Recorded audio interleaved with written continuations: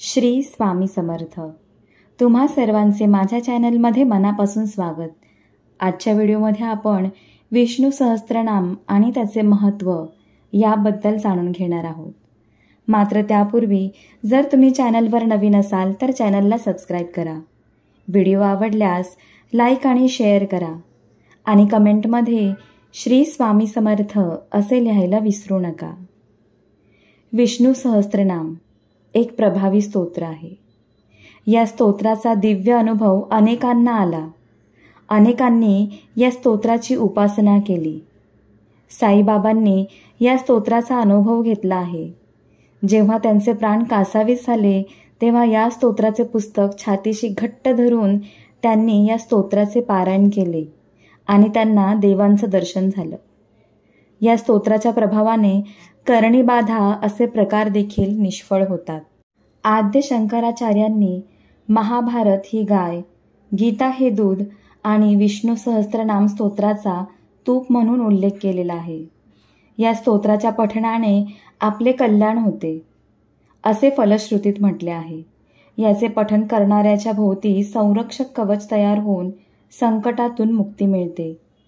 दररोज विष्णू सहस्त्रनाम स्तोत्राचं पठण केल्याने आपल्यासारख्या संसारिक माणसाच्या आयुष्यातील समस्या दूर होऊन संकटांना सामोरे जाण्यास बळ मिळते. या स्तोत्राच्या श्रवण, पठण आणि चिंतनाने आपण सर्व संकटातून तरून जातो. आपली मनोकामना पूर्ण होते. या स्तोत्राच्या प्रत्येक शब्दात वाईट गोष्टी नाहीशा करण्याची शक्ती आहे. या स्तोत्राच्या पठणाने मेलेल्या व्यक्तींना, पितरांना सद्गती मिळते आणि त्यांची मृतयोनीतून सुटका होते. आपल्या पितरांना प्रसन्न करून त्यांचे आशीर्वाद मिळावे म्हणून दर बुधवारी या स्तोत्राचे पठण करावे. आपल्याला माहीत असलेल्या आणि नसलेल्या पितरांसाठी त्याचे पठण करावे. स्त्रियांनी आपल्या सासरच्या आणि माहेरच्या अशा दोन्ही घराण्यातील पितरांना गती मिळण्यासाठी या स्तोत्राचे पठण करावं.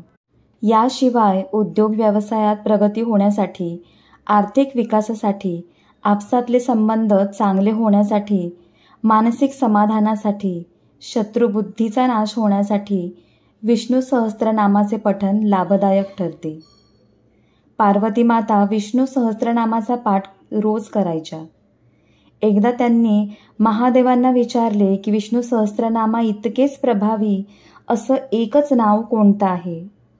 तेव्हा महादेव म्हणाले, हे देवी, विष्णू सहस्त्रनामाच्या तोडीचे एक आणि एकच नाव आहे, ते म्हणजे रामनाम.